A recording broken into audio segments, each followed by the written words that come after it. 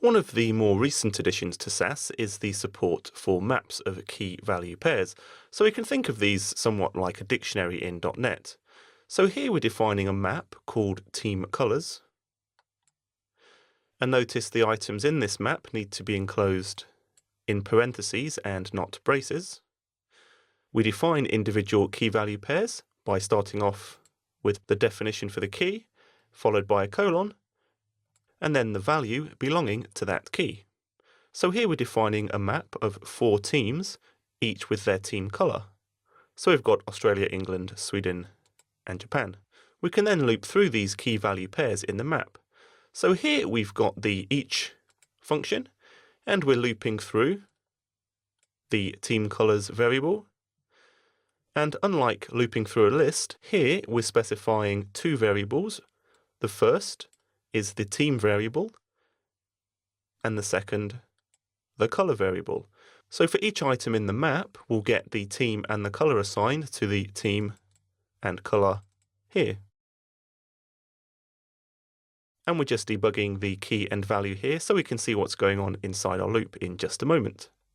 We're then using the interpolation feature of SAS to output a class with the name of each team. So we'll get 4 classes here: Australia, England, Sweden, and Japan. And we're just extending from this tile as we've seen already.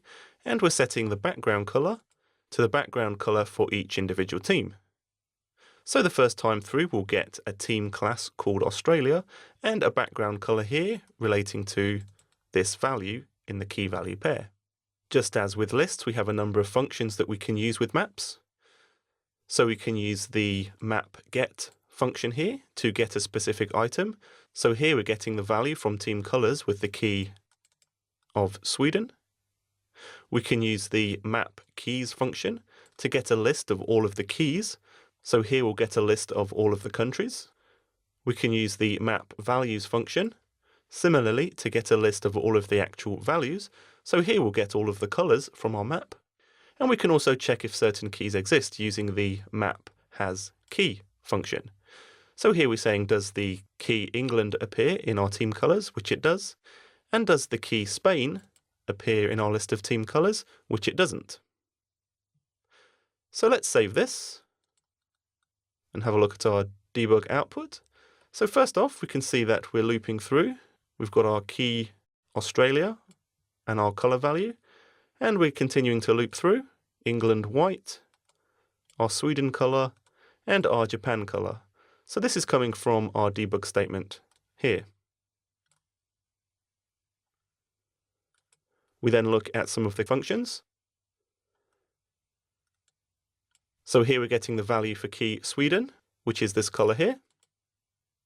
We're then getting a list of all of the keys using the map keys function.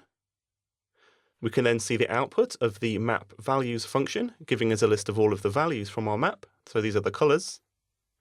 And finally, the map has key function is returning true here because England appears in the list of keys, and false here because Spain doesn't exist in our keys.